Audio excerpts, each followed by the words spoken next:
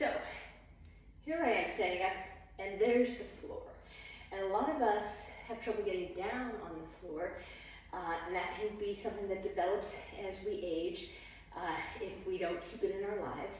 And the other part of it, of course, is the fear of, what if I fell on the floor? Would I be able to get myself back up again? If I tumbled and fell, could I get back up, whether I was on the street, sidewalk, or at home?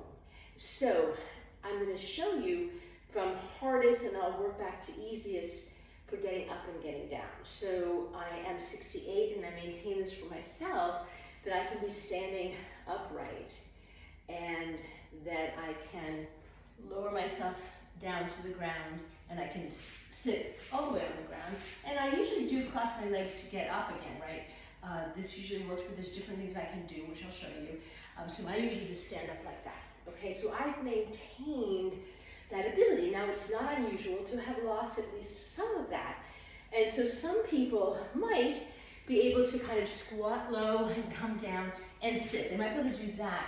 But then from here, the getting up can be challenging. Quite honestly, my legs are like literally in the way of trying to lift my body at this point, right?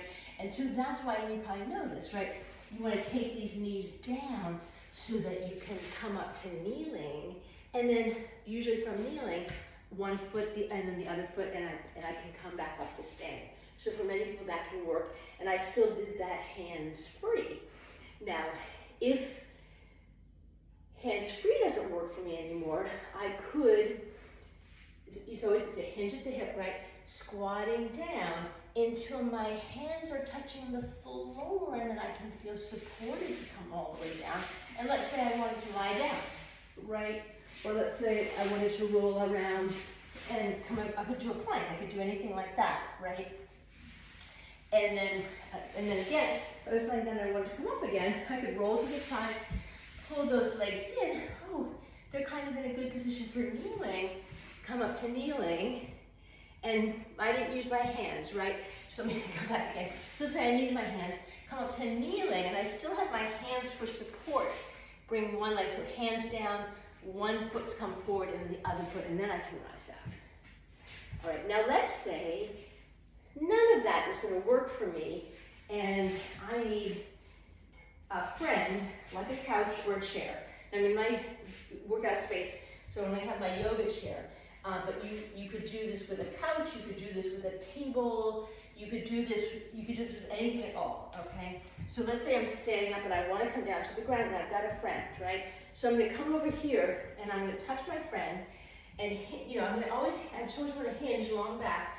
So I'm touching my friend, and then feeling supported, I can come down on my knees, and then feeling supported, I can sit down, do whatever I want, whether it's a plank or some kind of other exercise on the ground. And then if I want to come back up again, let's say I was lying down, right? So I'd come up the same way again. So there's my knee, so I can come to kneeling, put my hands here, and then step, keep my hands here and step, and I'm back up again. So I did things from hardest to easiest with support, and you just want to start where you are, work from where you are, because if you needed to do the easiest with the help of a chair, if you do that and keep doing it, you probably will then develop to the next level of using your hands without the chair and develop them further as you build your strength, which we love to do. And if you'd like a strength training program, just message me and we'll talk.